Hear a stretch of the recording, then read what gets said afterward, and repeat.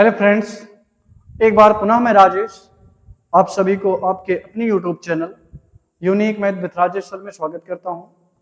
Friends, आज हम सब क्लास 10th मैथ एनसीईआरटी के चैप्टर नंबर 2 बहुपद यानी पॉलिनोमियल पर चर्चा करने वाले हैं। जैसा कि आपको ज्ञात होगा कि इसके पिछले वाली वीडियो में हमने प्रश्न नंबर 5 से प्रश्न नंबर 8 तक के प्रश्नों पर चर्चा किया था और उम्मीद है आपको वो प्रश्न जरूर अच्छे से समझ में आए होंगे और आपने उस कंटेंट से कुछ बेहतर से बेहतर जरूर आपने सीखा होगा।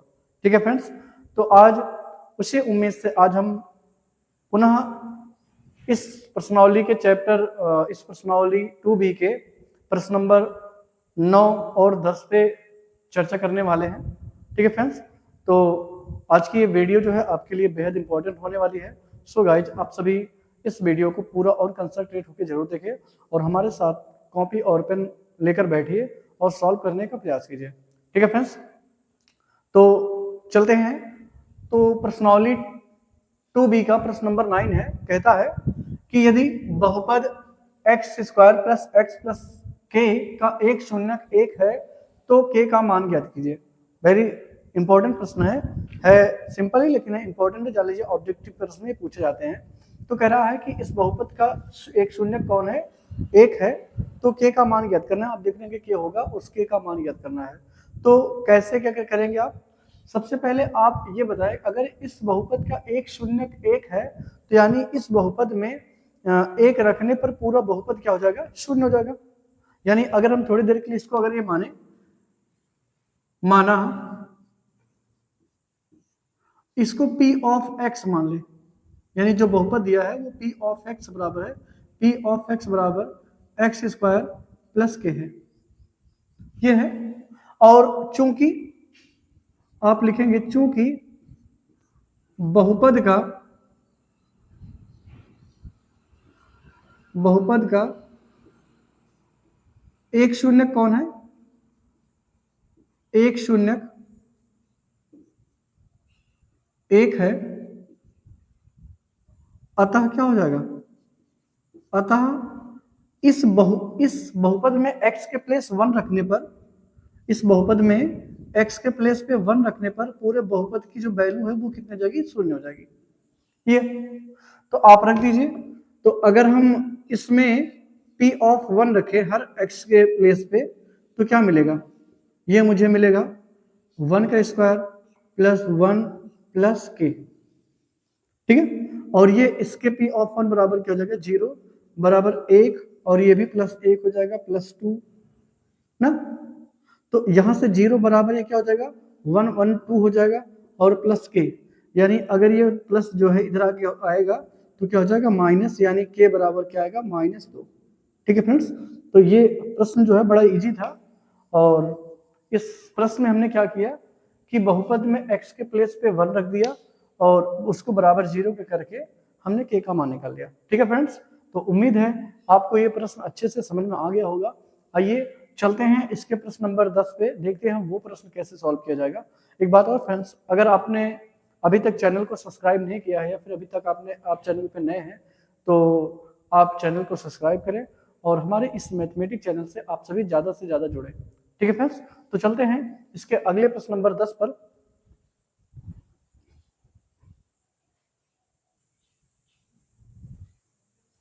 चलते हैं फ्रेंड्स, प्रश्नावली 2B का प्रश्न नंबर 10 है।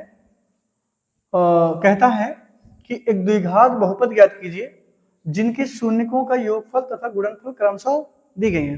वेरी वेरी मोस्ट इंपोर्टेंट प्रश्न फ्रेंड्स, इसको आप जरूर अच्छे से देखें। और तो इस प्रश्न नंबर 10 में टोटल 3 खंड हैं, यहाँ हमने 2 खंडों को नोट कर रखा है। आइए देखते हैं इसको कैसे सॉल्व करेंगे और ये बड़ा बढ़िया ही प्रश्न है फ्रेंड्स। तो इसको सॉल्व कैसे करेंगे, यहां लिखेंगे हल में। सबसे पहले आपको मानना पड़ेगा, माना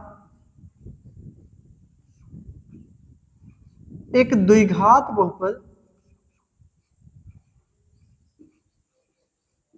एक द्विघात बहुपद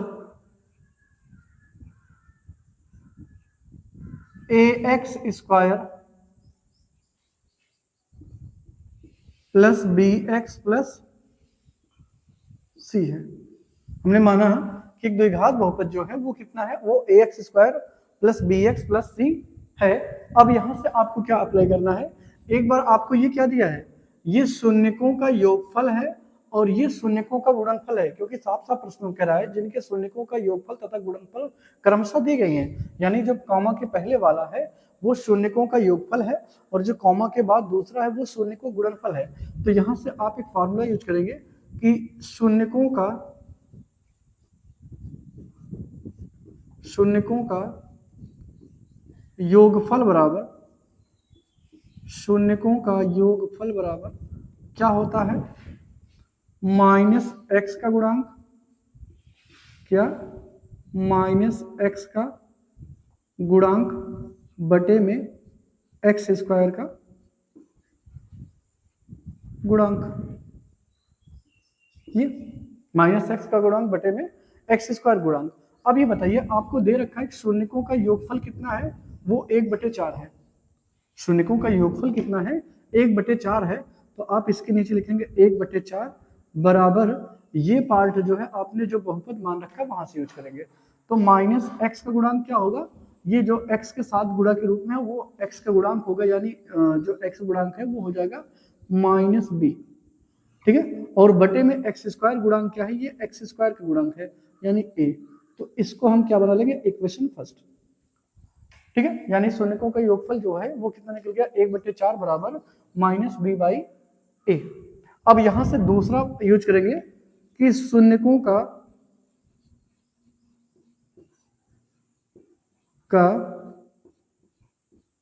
गुणनफल बराबर, शून्यकों का गुणनफल बराबर क्या होता है, अचर पद बटे में एक्स स्क्वायर का गुणांक, अचर पद बटे में एक्स स्क्वायर गुणांक।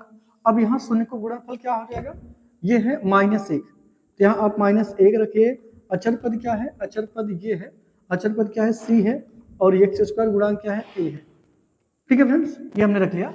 अब ये बताएं, यहाँ आप देख रहे होंगे यहाँ -b/a है और यहाँ c/a है, यानी दोनों का डिनोमिनेटर कैसा है, सेम है। यहाँ भी डिनोमिनेटर में a है और यहाँ भी डिनोमिनेटर में a है, तो इसके राइट साइड में भी डिनोमिनेटर जो है वो सेम होना चाहिए। तो क्या करेंगे, इसको हम बटे 1 कर सकते हैं। तो यहाँ इसको भी मुझे 4 बनाना है, क्योंकि यहाँ देखिए 4 है, यहाँ भी 4 बनेगा, तब ये दोनों साइड बराबर आएगा। तो हम लिखेंगे -1/4 यहाँ भी और 1/4 यहाँ भी, बराबर क्या हो जाएगा, c/a, और यहाँ से इसको मल्टीप्लाई करेंगे तो -4/4, यानी c/a आएगा। ये हो जाएगा, इसको इक्वेशन नंबर कितना बना लेंगे, सेकंड। ठीक, इतनी बात समझ। अब ये हो गया, तो आप इसको कैसे करेंगे, इतनी बात समझ भाई। फिर से एक बात समझ लीजिए, समीकरण 1 में क्या था, राइट साइड में -b/a, यानी डिनोमिनेटर में a था, और समीकरण 2 में भी जो है वो देखिए c/a है। यहाँ दोनों में डिनोमिनेटर सेम है, तो इस साइड भी डिनोमिनेटर सेम होना चाहिए। यानी अगर यहाँ 4 है तो दूसरे वाले समीकरण में भी बटे में 4 होना चाहिए था, लेकिन यहाँ नहीं था। इसको 4 बनाने के लिए हमने दोनों तरफ अंश और हर में क्या किया, 4 से गुणा किया, तो ये भी हो गया c/4। अब यहाँ देखिए बराबर हो गया, यहाँ भी बराबर हो गया। तो आप कैसे लिखोगे, आगे लिखोगे समीकरण 1 तथा समीकरण 2 से, समीकरण 1 तथा समीकरण कितने से, 2 से। अब ये बताइए, इसको कंपेयर करके हम ए बी सी का मान निकालेंगे। तो ए के सामने कौन है, जो ए के सामने होगा ए का मान होगा, यानी ए के सामने कितना है, 4, यहाँ भी 4 है, तो यानी ए बराबर कितना हो जाएगा, 4। बी बराबर क्या हो जाएगा, बी के सामने क्या हो जाएगा, 1 है, लेकिन ये माइनस इधर आएगा तो -1 आएगा, यानी बी का मान जो है -1 आएगा। और सी का मान की बात करें तो सी बराबर क्या हो जाएगा, -4। सी बराबर कितना हो जाएगा, -4। तो यहाँ से देखिए समीकरण 1 और 2 से हमने ए, बी और सी का मान निकाल लिया, और जब ये मान निकल जाएगा तो लिखेंगे कि ए, बी तथा सी का मान कहाँ रखने पर, बहुपद में रखने पर, मान बहुपद में रखने पर, बहुपद में रखने पर, ठीक है। बहुपद क्या है, ax² plus bx plus c plus ये है X square plus B X plus C है, तो ए का मान कितना आ गया 4x², बी का मान -1 का है तो -1x हो जाएगा, और माइनस सी का मान क्या है -4, तो यानी ये जो मिलेगा ये आपका क्या होगा द्विघात बहुपद। ठीक है फ्रेंड्स, तो इस तरह से हम इसको सॉल्व करेंगे और ये बड़ा ही इंपॉर्टेंट प्रश्न है, ये जान लीजिए, ये काफी बार एग्जाम में पूछा गया है, तो आप इसको जरूर अच्छे से समझ लें। ठीक है फ्रेंड्स, तो इस प्रश्न नंबर 10 का जो पहला खंड था इसको हमने अच्छे से सॉल्व किया, और मुझे विश्वास है आपको ये जरूर अच्छे से समझ में आया भी होगा, और फिर भी अगर कोई दिक्कत रह जाती है तो आप कमेंट बॉक्स में बताएं, उसको आपको फिर से रिवाइज करा जाएगा। ठीक है फ्रेंड्स, तो चलिए इसका स्क्रीनशॉट ले लीजिए, अब इसके बाद इसको हम दूसरा सॉल्व करेंगे, तो पहले आप इसका स्क्रीनशॉट ले लीजिए, इसके बाद चलते हैं। ले लीजिए स्क्रीनशॉट।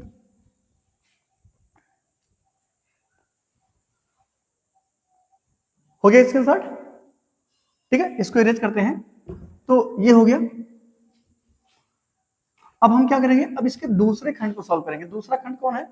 दूसरा है, ये देखिए हमने नोट डाउन कर रखा है, ये दूसरा ये है कि करड़ी में 2 जो है ये शून्यकों का योगफल है, और 1/3 जो है ये शून्यकों गुणनफल है, क्योंकि आपसे कुछ कर रहा है क्वेश्चन में, शून्यकों का योगफल तथा गुणनफल क्रमशः दी गई, यानी शून्यकों का योगफल है और ये शून्यकों गुणनफल है। तो आप वही काम करेंगे जैसे आपने इसमें माना था, वही मानेंगे। माना कैसे सॉल्व करोगे? माना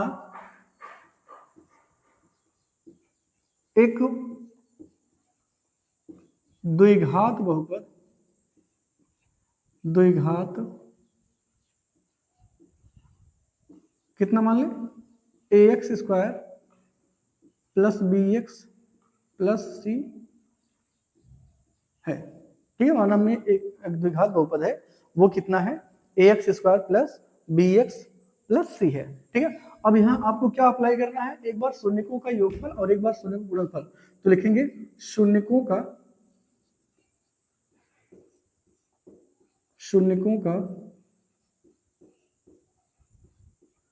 योगफल बराबर क्या होता है, फार्मूला जानते हैं, -x का गुणांक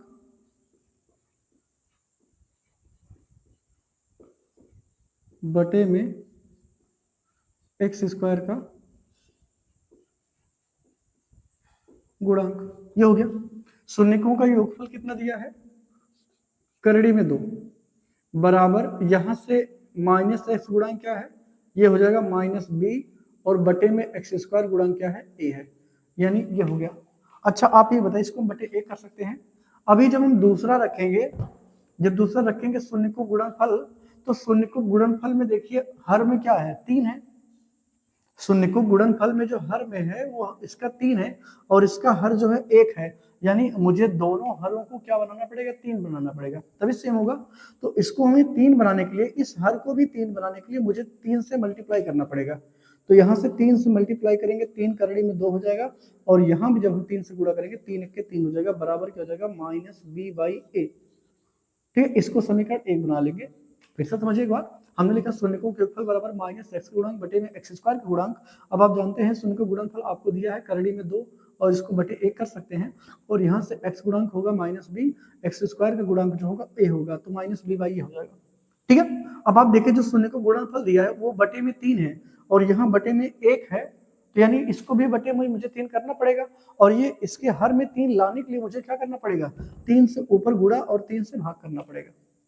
ठीक है, इसी वजह से हमने इसमें 3 से गुणा और भाग किया, ताकि अगले में जो आएगा वो भी बटे में 3 आएगा, दोनों सेम रहेगा। तो अगला स्टेप लिखेंगे शून्यकों का गुणनफल, क्या लिखेंगे, शून्यकों का गुणनफल बराबर क्या होगा, फार्मूला होगा अचर पद बटे में x² का गुणांक, यही तो यहाँ शून्य का गुणनफल कितना है, ये देखिए 1/3 है, तो 1/3 बराबर अचर पद क्या था, c है, और बटे में x² क्या है, a है, तो यानी c/a। ये इसको समीकरण 2 बना लीजिए। अब देखिए यहाँ भी बटे में a, यहाँ भी बटे में a, यहाँ भी बटे में 3, यहाँ भी बटे में 3, यानी सेम है। अगर सेम ना होता तो हमें सेम करना पड़ा, जैसे यहाँ देखिए बटे में 1 था, तो इसको 3 बनाने के लिए मुझे 3 से गुणा और भाग करना पड़ा। ठीक है, समीकरण 1 और 2 हो गया। तो अब लिखेंगे समीकरण एक तथा समीकरण कितने से, 2 से क्या हो जाएगा, ए के सामने वाला ए का मान, बी के सामने वाला बी का मान, सी के सामने वाला सी का मान हो जाएगा। यानी ए बराबर क्या आएगा, ए के सामने 3 है तो 3 आएगा, बी बराबर क्या आएगा, ये वाला माइनस जो है इस साइड आएगा तो -3 करड़ी में 3 आएगा, ठीक है। और सी का मान कितना आएगा, 1 आएगा। तो ए बी सी का मान जब निकल जाएगा तो आप लिखोगे कि ए बी और सी का मान, और सी का मान जो है वो कहाँ रखने पर, समीकरण एक में, बहुपद में रखने पर, मान कहाँ, बहुपद में रखने पर, बहुपद में रखने पर। तो बहुपद है क्या, ax² plus bx plus c है। a का मान कितना है, 3 है, तो 3x² प्लस b का मान कितना है, -3 करड़ी में 3, तो माइनस हो जाएगा, -3 करड़ी में 3x, और c का मान कितना है, +1 है, तो यहाँ +1 लिख दीजिए। यही फ्रेंड्स क्या हो जाएगा, इसका हो जाएगा सलूशन। ठीक है फ्रेंड्स, तो हमें यहाँ क्या करना था, शून्यकों का योगफल और गुणनफल दिया हुआ था और मुझे बहुपद ज्ञात करना। तो सबसे पहले हमने एक बहुपद माना और उसके बाद शून्यकों का योगफल का फार्मूला प्रयोग किया और शून्यकों गुणनफल। योगफल में ये दिया था करड़ी में 2, ठीक है, और यहाँ से ये वाला पार्ट जो हम इस बहुपद से निकाल लेंगे -b/a जाएगा, ठीक है। ऐसे ही हमने शून्यकों गुणनफल में करा, ठीक है, और समीकरण 1 और 2 से ABC का मान निकाल लिया, और जब इस ABC का मान निकल जाएगा तो आपने जो बहुपद मान रखा था उसी में ABC के प्लेस पे उसके मान रखने हैं। ठीक है फ्रेंड्स, तो हमने इस प्रश्न नंबर 10 के जो दोनों खंड थे, या आपको हमने अच्छे से अच्छे लैंग्वेज में, सरल से सरल भाषा में हमने आपको समझाने का प्रयास किया है, और उम्मीद है मुझे आपको समझ में आया भी होगा। ठीक है फ्रेंड्स, तो अभी चलते हैं, इसके एक और खंड है, इसका इस प्रश्न का एक और खंड है, आइए देखते हैं उसको भी कैसे सॉल्व करेंगे। ठीक है, और अगर आपने इस दोनों खंडों को अच्छे से समझ लिया होगा तो उस तीसरे खंड को मुझे बताने की जरूरत ही नहीं है। ठीक है, तो चलिए इसका स्क्रीनशॉट ले लीजिए, चलते हैं उसको देखते हैं क्या है। ले लीजिए स्क्रीनशॉट, हो गया, स्क्रीनशॉट हो गया। चलिए इरेज करते हैं इसको।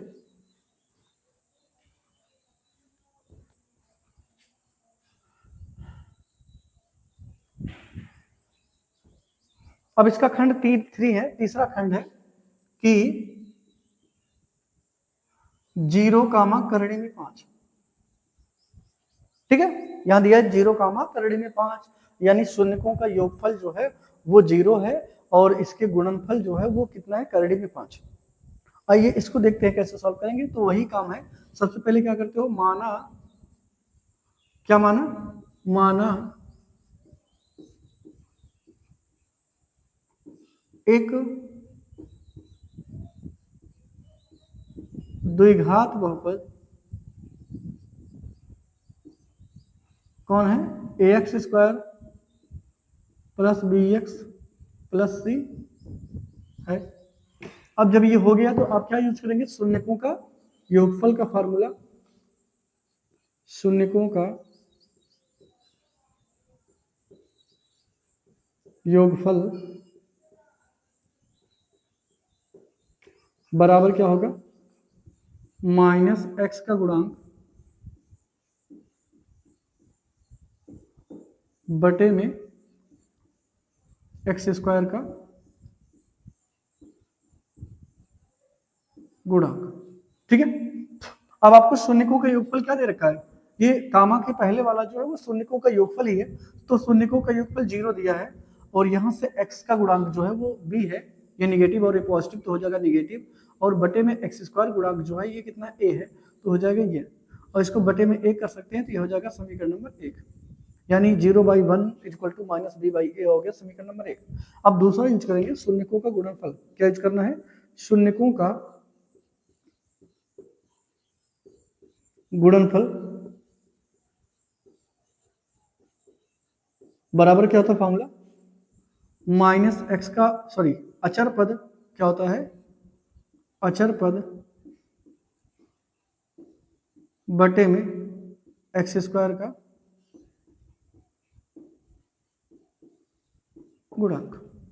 तो शून्य को गुणनफल क्या है फ्रेंड्स, ये है करड़ी में 5, तो करड़ी में 5 पुटअप कर दीजिए, और यहाँ बटे में कुछ नहीं था तो बटे में a कर लेंगे, और यहाँ से अचर पद क्या है, अचर पद ये है c, और बटे में x स्क्वायर का गुणांक क्या है, a है, तो इसको अब ये बना लेंगे समीकरण नंबर 2। क्यों, क्योंकि देखिए यहाँ भी बटे में, यहाँ भी बटे में, यहाँ भी एक, यहाँ भी एक, डिनोमिनेटर दोनों साइड के सेम है, तो इसलिए हम इसको समीकरण 1 और 2 बना लेंगे, और जब ये बन जाएगा तो क्या लिखेंगे,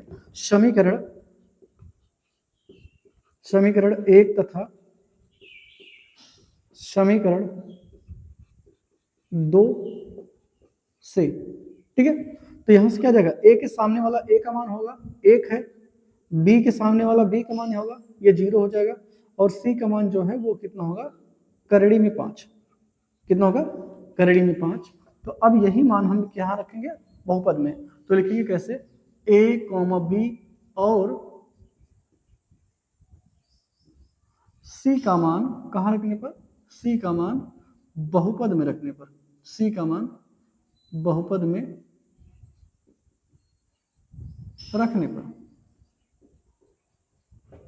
तो रखेंगे बहुपद क्या है, ax square plus bx plus c है, यही तो है आपका बहुपद, और इसमें आप a का मान कितना है, 1 है, तो 1 तो लिखा नहीं जाता, x स्क्वायर जगह, प्लस b का मान कितना है, 0 है, 0 गुणे x, प्लस c का मान क्या है, करड़ी में 5, यानी इसको सॉल्व करेंगे तो x स्क्वायर प्लस करड़ी में 5 ये आएगा b, ठीक है, ये आपका सोल्यूशन होगा।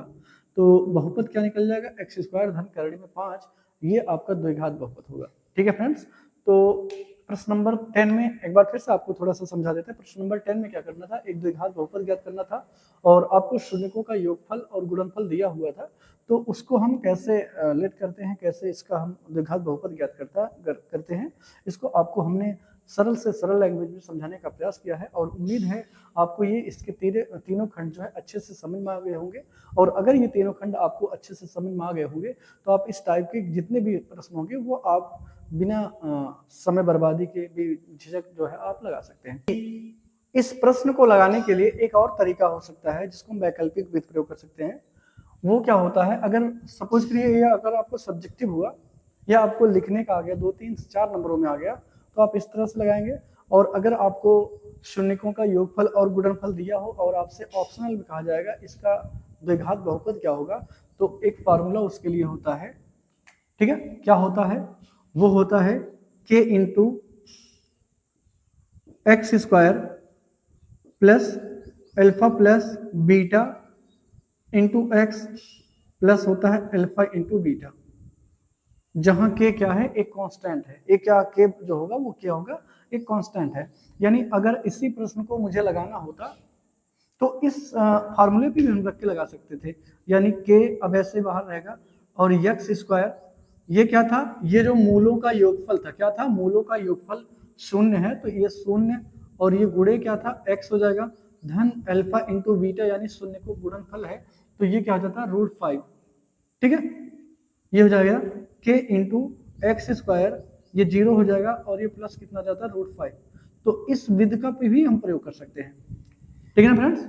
अगर मुझे इसी प्रश्न को लगाना है तो हम इस विधि का भी प्रयोग कर सकते थे, ऐसे इसके 2 और पार्ट थे, इसको भी ऐसे सॉल्व किया सकता है।